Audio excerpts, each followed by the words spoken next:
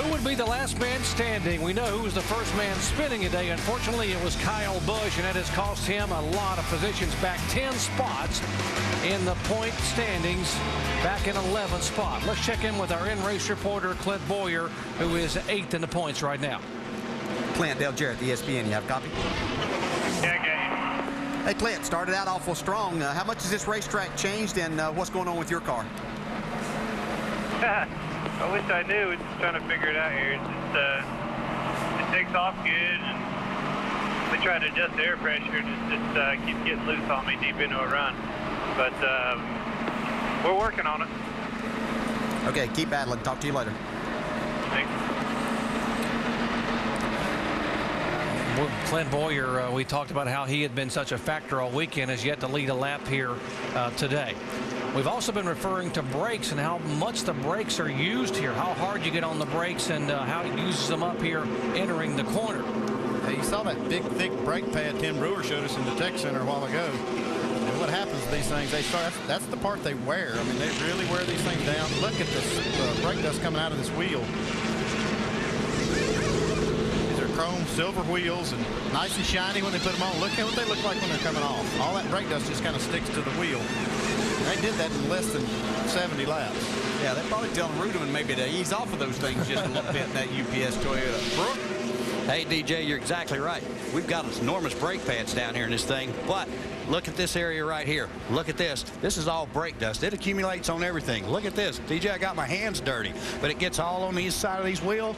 What's even worse, when a tire changer pulls a trigger on the air wrench, blows all that stuff back in his face. Very difficult to change tires on these racetracks like this. Where have you been driving that thing, Brewer? Down a dirt road, man. Trying to stay in shape. Hold on, Brewer. We'll get somebody there to clean your hands in just a minute for you. Thanks, DJ.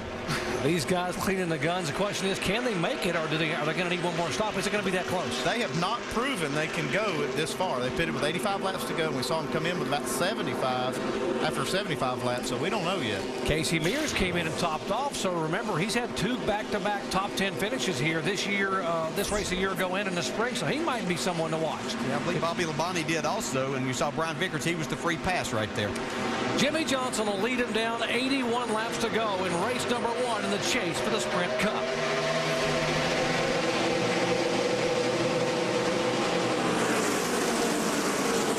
Greg Biffle came in as our leader on the pit road, but he lost a couple of spots there to Jimmy Johnson and Denny Hamlin. See him back in 3rd. Tony Stewart down the inside. He's trying to get in that position to get the free pass if we should have a caution here. He's there. Drives that thing down in the corner hard under his teammate. Well, with the 3 wide racing we're seeing and everything going on, there might be a good chance of a caution here. 20 cars are on the lead lap, and that would make Tony Stewart 21st. As you said, the first car a lap down. And now the 29 car, Kevin Harvick, who began the day with a struggle and a backwards pedal. Okay, we got a car in the wall. It's going to be a big break for Stewart. Oh, man.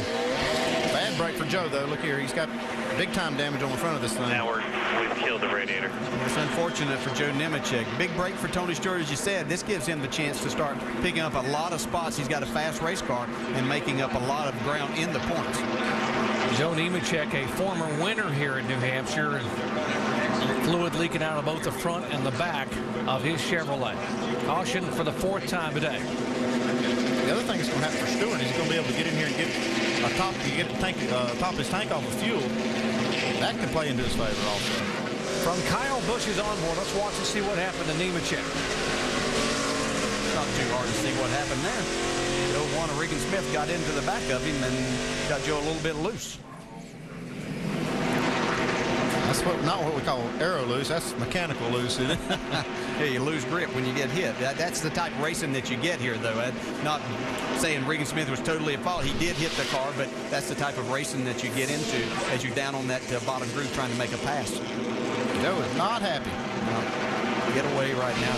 Give me 1 second here, he said.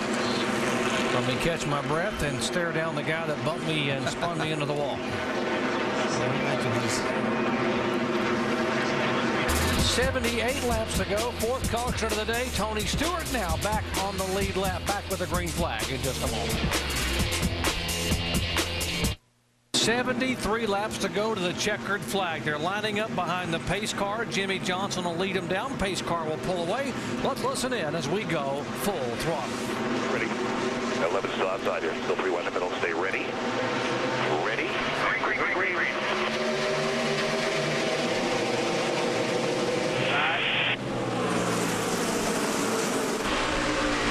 Still outside. Still 3 wide. You'll be clear to the top of the down there. Inside. Clear to 66.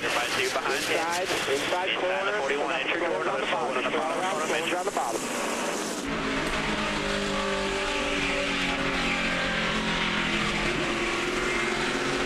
Inside, both sides. Clear up behind the 24. Clear up. 41 to 56. Crash behind you. Caution's out. Take spin behind you. Hard contact out of turn 4, 17. Matt Kenseth. Heavy damage. There's the 45. Chad McCumbee involved. 83 spinning back around. That is Brian Vickers. Yeah, the 5-car Casey Mears has a lot of damage. He's going on around the racetrack, but he has a lot of damage to the right front of his car. 38, David Gilliland getting the window net down. There's the one you're talking about, DJ. Casey Mears. He was back at the back of the pack after topping off in field to try to pull some strategy. See, Kyle Busch pushing the cone. That's the commitment cone that he had to go down and avoid this crash, and he must have caught that cone right there. Hey, you got a construction cone on the front of your car or something. At least he didn't miss the commitment call. Yeah, that's cool. He's I'll got get rid it of dead it sooner center. or later. You saw Tony Stewart and a bunch of guys have to dodge this crash. Pit road is closed, but they're going to bring him down pit road. It's the only usable clear part of the racetrack with all this debris up here out of turn 4. You see Matt Kenseth gingerly climbing out of his car. Show you again what happened. These guys are racing hard on these restarts. See Michael McDowell on the inside of Johnny Sauter there. I don't know if this is where it gets started. You can see him losing grip. Kind of stacks things up behind them some. See Sam Hornish down in the apron. Got him 5 wide there for a second. 45, the 07. Looks like Just the not enough 45 gets loose right there. That's the problem. The 45 got loose. He got into Matt Kenseth. And then David Gillen and Casey Mears. Oh, man, that's a hard shot right there to the side of Matt Kenseth's car. Wow, from Gillen. Vickers spinning around, trying to avoid it. Again, these guys using all this, and the 45 car just got loose down on the apron. I don't know how you run 5 wide off that corner anyway. Well, you don't, obviously. Not successfully, anyway. Look at the 11 and 20 just getting by. Hamlin and Vickers Stewart. almost snuck through there.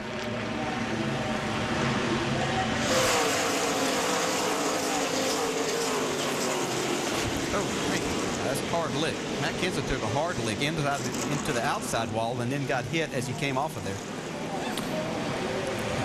NASCAR is putting the red flag out to halt all the cars behind the pace car so they can be aggressive with the cleanup over in turn 4. Under caution for the 5th time. Back after this message and a word from our ABC station. 10 races, 12 drivers, 1 championship. Here's the ticket to the chase. 9 races remain, all on ABC. Who will it be? Who will be the NASCAR Sprint Cup champion in 2008?